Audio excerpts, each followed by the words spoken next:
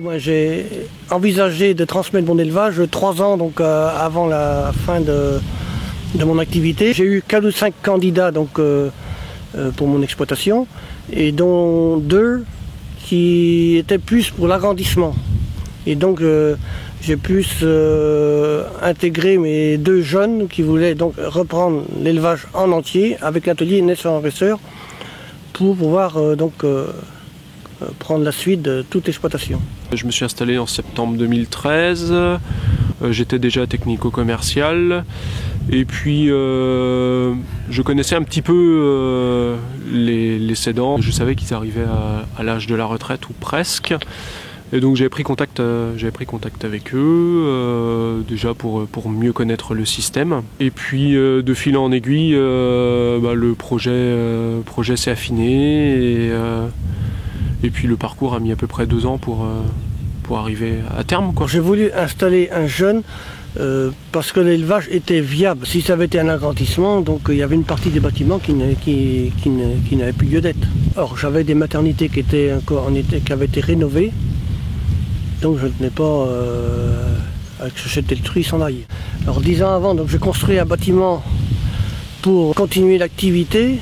Alors que si j'avais pas eu l'intention d'installer un jeune, je n'aurais pas fait ce bâtiment, et j'aurais laissé les bâtiments vieillir pour ne plus investir. J'avais pas d'exigence particulière sur l'entretien des bâtiments.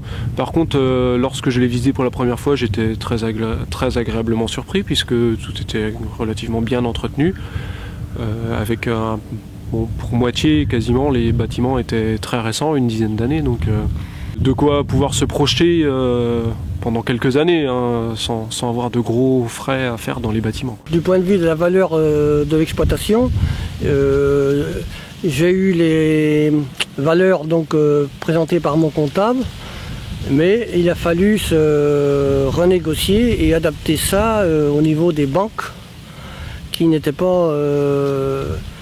étaient plutôt réticentes vu le montant de l'encours. Vis-à-vis du financement, ça a été relativement compliqué, un peu parcours du combattant. Lorsque on a un refus bancaire alors qu'on porte le projet depuis 2 ans, c'est un peu compliqué à vivre. Après, il a fallu faire des concessions, à la fois du côté du cédant, à la fois de mon côté, et puis on a réussi à aboutir à quelque chose de convenable, quoi, pour que ça passe. Et donc j'ai consenti à une baisse assez importante du montant de la reprise pour pouvoir